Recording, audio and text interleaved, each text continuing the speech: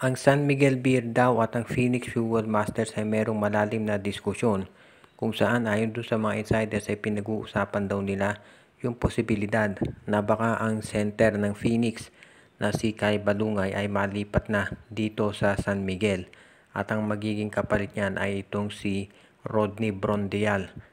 Ito isa pa lamang doon sa mga posibleng negosasyon na mangyari at baka meron pang ibang masamang player dito. For example, baka si Tyler Tio ay dali na rin dito sa San Miguel Beer at ang magiging kapalit naman niya ayon doon sa mga insiders ay itong si Jeron Teng.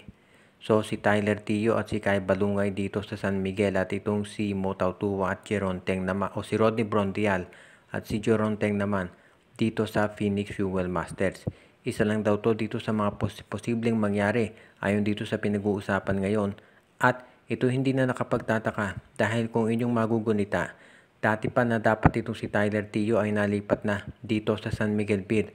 Actually, bago pa raw dapat mag-umpisa yung Commissioner's Cup, nasa San Miguel na to si Tyler Tio. Pero for some reason ay naudlot yung trade nila. Pero ngayon daw ay tutuloy na at mukhang gusto talaga ng San Miguel Beer na makuha na itong si Tyler Tio. Lalo na nga at wala na itong si Simon Enciso dito sa kanilang lineup. At iyan ngayon ang inaabangan ng SMB. Kung sakasakali nga na makuha nila itong si Tyler Tio, magiging magandang addition yan para dito sa San Miguel.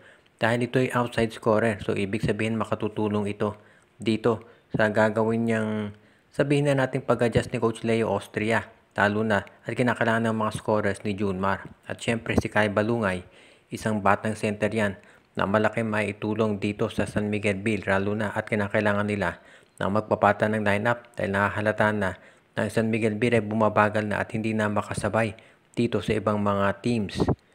Samantala naman, itong Barangay Ginebra ay gustong bumawi dito sa Game 2 kontra sa TNT Tropang Giga. Pero para yan ay mangyari, kinakailangan na magawa nila ng paraan para mapigilan itong si Ronde Hollis Jefferson. Nakita naman natin kung paano ang ginawa ni Jefferson noong Game 1 at yan talaga naging problema ng Barangay Ginebra. So masasabi natin must win ang Game 2 sa Barangay Ginebra. Hindi sila pwedeng matalo dito dahil kapag nag 0-2 na yan, medyo mahirap humabol sa TNT. Kung inyong maaalala, itong si Ronde Hollis Jefferson talaga all around ang game niyan. Mula nung umpisa ng eliminations hanggang dito sa finals. Kaya nga yan ang kinakailangan pigilan ng Ginebra. Ang malaking question dito sa Ginebra, itong si Jamie Malonzo, kailangan mag-step up siya. Siya ang naka-assign na magwardya dito kay Jefferson at obviously hindi niya yan nagawa.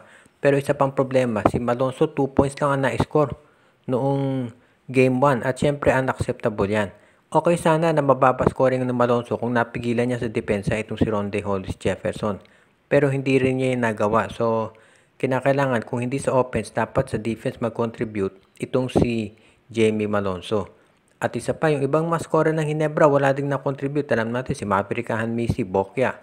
At itong si Troy Rosario, hindi siya 100%. So, kinakailangan yung ibang mga players ng Ginebra ay mag-deliver din. Lalo na at alam natin na mabigat talagang kalaban ng TNT. Wala pa nga dyan itong si Jason Castro at Brandon Roser.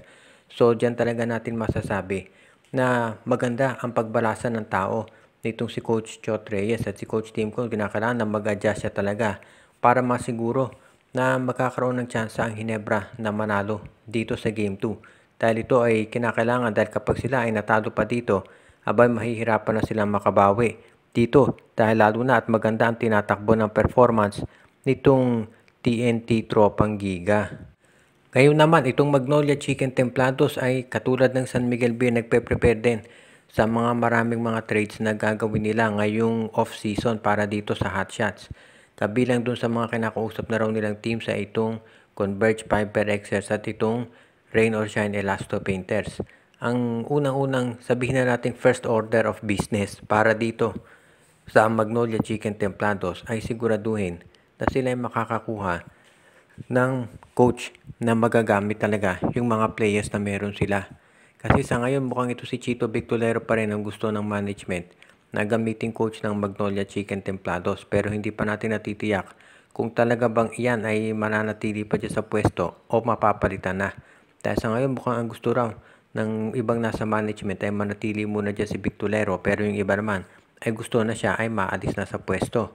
So, kinakailangan ma-resolve muna yung mabuti ng management para sila ay makamove on at makastep forward.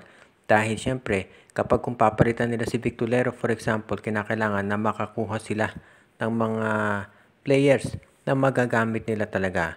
At siyempre, kinakailangan bigyan nila ng oportunidad yung bagong coach na pumili ng mga players na siyang magagamit niya.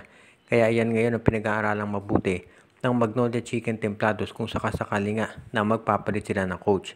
At kung magdesisyon sila na magpalit ng coach, iyan makikita na natin yung mga sunod-sunod na mga trades na gagawin ng Magnolia, lalo na sa pagkuha ng mga players na babagay doon sa sistema ng bagong coach nila na ilalagay. At yan daw ngayon ang gustong siguraduhin ng Magnolia na mangyayari talaga bago sila magsimula na gumawa ng any move, bago sila mag-trade ng mga kung sino-sino mga players, kinakailangan ma-resolve muna nila yung sitwasyon dito sa kanilang coach. Dahil yan ang talagang gustong masiguro nitong si Alfrancis Chua sa Magnolia. At ang huli nating balita ngayon tungkol naman dito sa Converge Fiber XRs. Alam na natin na ito si Jackson Corpus ay pumirma na ng kontrata dito sa Converge. Pero mukhang hindi pa dyan natatapos yung gagawin ng Fiber XRs dahil gusto nila na dagdagan pa ito ng iba pang mga veterano na magagamit. Alam natin na ang Converge Fiber XRs ay isa sa pinakabatang teams ngayon sa PBA. Pero gusto nilang kumuha ng mga veterano na siyang magagamit nila at maidadagdag dito sa kanilang lineup. At kapag nakuha na nila yung mga veterano na yan, magiging magandang kombinasyon, mga batang player at mayroon ng mga experience na siyang makatutulong dito sa Magnolia Chicken Templados. Kaya sa ngayon, itong pinag-aaralang mabuti ng Magnolia para masiguro na sila ay hindi talaga mawawalan ng opsyon pagdating dito sa pagpapalakas o ng mga players. Alam ng Converge na magiging matindi yung competition sa Philippine Cup at hindi sasapat yung starting 5 lamang nila na si Baltasar, si Arana, si Heading, Stockton at Winston. Kinakailangan may bench support yan at hindi kinakailangan lahat scorer. Kinakailangan siyempre meron ding mga defensive players katulad ni Jackson Corpus para tumulong dito sa gagawin nilang pagbabago sa kanilang roster. At yan ngayon ang inaabangang mabuti nitong Magnolia Chicken Templados o rather nitong Converge Fiber XS para masiguro na sa mga susunod nilang game ay sila na ang magkakaroon ng mas magandang tsansa na manalo dito sa Philippine Cup. Dahil yan talaga ang goal ngayon nitong Converge Fiber XS ang mag-champion na. Hindi na sila kontento dito lamang sa semifinals at ang gusto talaga nila ay makaabot na rin dito sa championship at manalo ng corona. Dahil talaga itong Converge ay lalaban at nakita naman natin yung kanilang owner na si Dennis Uy ay ready and willing talaga na gumastos para dito sa kanilang koponan. Kaya hindi na nakapagtataka na itong Converge ay magiging matindi ang build-up sa mga darating pang conference. Shoutout kay RG Bueno at Dalina family, Joshua Giray Espejo at Rosales family, Jonel Alago at Celino Valles family, Anthony Alon family, Romeo Conchada, kay Alicia Garcia, Ireneo Salangsang, Michael D., Edwin Carmona Jr., Dalmacio de Guzman, Katsakino Dukusin, Malyari Mascareñas at sa iba pa nating mga taga-subaybay.